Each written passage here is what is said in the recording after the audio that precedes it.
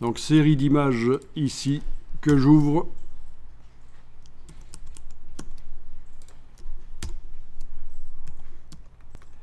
Donc pas du tout ce qu'on recherche parce qu'il y a une représentation d'un environnement en 3 dimensions. Nous, ça va plutôt être plat, en fait, le travail que vous allez faire, comme les collages qu'on a vus précédemment. Même chose ici, c'est plus du photomontage, ceci, que du collage photo. Mais ça ne veut pas dire que c'est pas bon dans l'absolu, c'est pas un jugement sur l'œuvre, c'est juste que par rapport à ce qu'on veut donner comme intention, donc comme style au travail mixte média, ça ne correspond pas à ce que nous recherchons, tout simplement. Image suivante. Voilà, c'est plus dans ce genre-là ce que vous allez obtenir. Donc, il y a beaucoup de fusion d'images ici. Oui, beaucoup de fusion d'images, de transparence. Ça crée pas mal de complexité. Voilà, ça c'est caractéristique du travail que vous allez faire, la complexité visuelle. Le besoin de se rapprocher pour éventuellement apprécier correctement les choses, découvrir des choses en détail. Celui-là, on l'a déjà vu, je ne reviens pas dessus. Celui-ci. Oui, alors au niveau du message, oui, l'alcool. Par contre, il y a un sujet principal. Et je me demande si c'est pas en plus un truc qui serait tiré de Tintin. Non? En tout cas, c'est fort inspiré si... Et donc, c'est danger à ce moment-là. Hein. Tintin et Mickey, c'est les choses auxquelles il ne faut pas toucher. Je vous rappelle que Disney a fait des procès à des gens qui ont dessiné des Mickey dans des toilettes publiques. Ça va jusque-là. Donc, il faut se méfier. Ceci, c'est une affiche publicitaire. Non, ce n'est pas ce que nous recherchons. Ceci est un photomontage un peu délirant. Oui, c'est cadres. Les cadres peuvent être quelque chose d'intéressant. Un objet posé dans votre travail mixte média.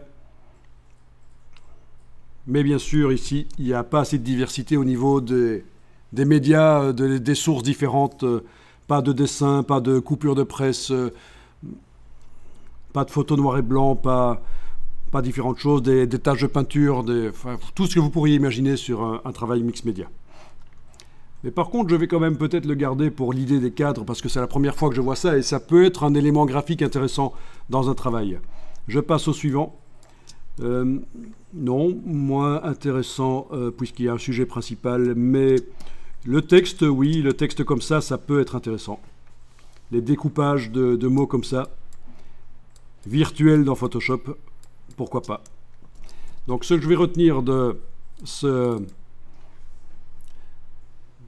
travail-là, c'est une des 2 images, celle avec les cadres, et ça peut être un élément graphique utilisé.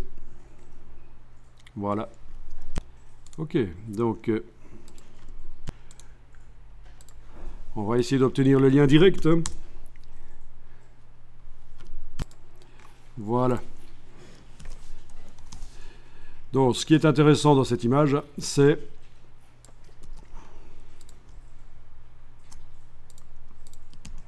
cet usage de cadre.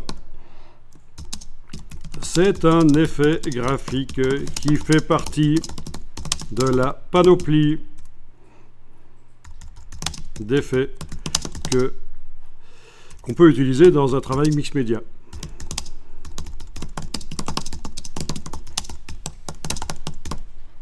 Voilà.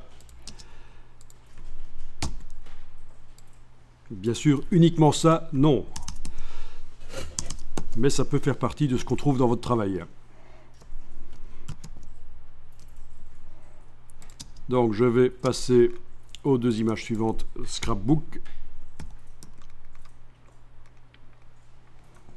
Oui, alors, le texte avec motif, bah évidemment, c'est super facile à faire dans Illustrator, ce genre de choses. Texte avec motif, pourquoi pas? Avec un décalage, donc c'est le même texte dans Illustrator, bien sûr, avec un décalage. Est-ce que tout le monde voit comment on fait ce genre de choses si vous deviez faire ça dans Illustrator? Non, je vais vous montrer alors. Parce que, évidemment, c'est intéressant. Ah, ça c'est pas mal aussi. On l'a dit, hein, le texte découpé avec de l'espace blanc. Et ici, on a même cette chose assez amusante. Les trous. C'est une première fois qu'on voit ça. Bien. Donc, cette image-là, c'est intéressant. La suivante, je vais quand même la prendre avant de voir le suivant. Ah oui, des plantes. Oui, pourquoi pas? Des plantes que vous photographiez en les posant sur une table et vous mettez l'appareil photo ou le smartphone, bien sûr, par-dessus, à la verticale, et vous photographiez. Quand c'est positionné sur votre poster et qui sera mis au mur, c'est comme si la plante était, donc, bien sûr, sur le poster, collée. Très intéressant. Et récupérer l'ombre de la plante, ça peut être intéressant aussi. Et par la technique de l'écrêtage par luminosité, il est possible de récupérer l'ombre. Bien sûr, on peut aussi la refaire artificiellement dans Photoshop. Donc les deux sont possibles. On récupère l'ombre au moment de la prise de vue, soit on refait une ombre artificielle. Mais je pense qu'une ombre récupérée au moment de la prise de vue pourrait être intéressante. Ça aussi, je peux vous montrer comment faire sortir une plante de son fond avec son ombre. C'est le côté intéressant ici. Donc voilà, on termine par deux images ici assez intéressantes. Donc, voyons ça.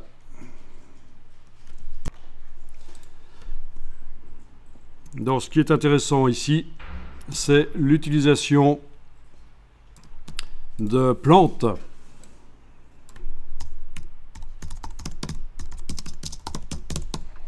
photographiées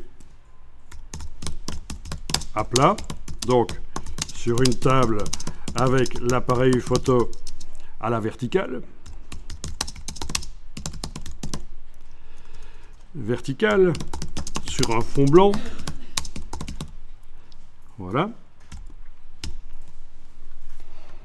Et donc dans Photoshop, on peut, par la technique de l'écrêtage par luminosité, récupérer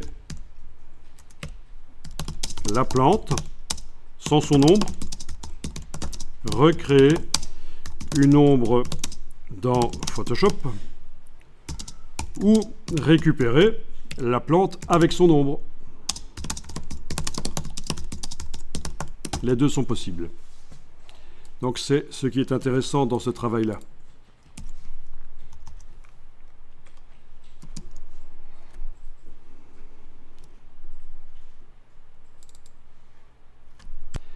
Alors, dans l'autre image,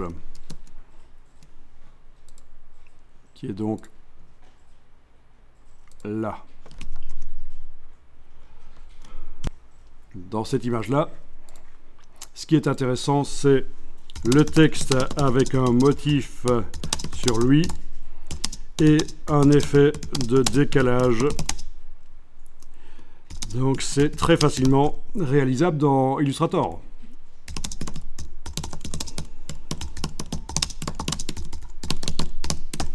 Voilà. Il y a aussi de l'ombrage. Et ombrage sous le texte et entre les couches. Je ne sais pas si vous avez remarqué.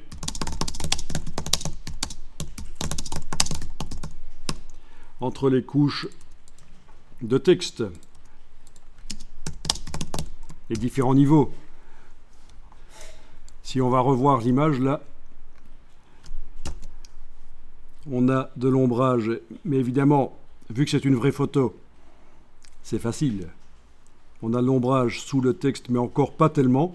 Mais on a surtout de l'ombrage entre les deux niveaux de texte là. Et ça, on va voir qu'on peut le faire dans Illustrator éventuellement.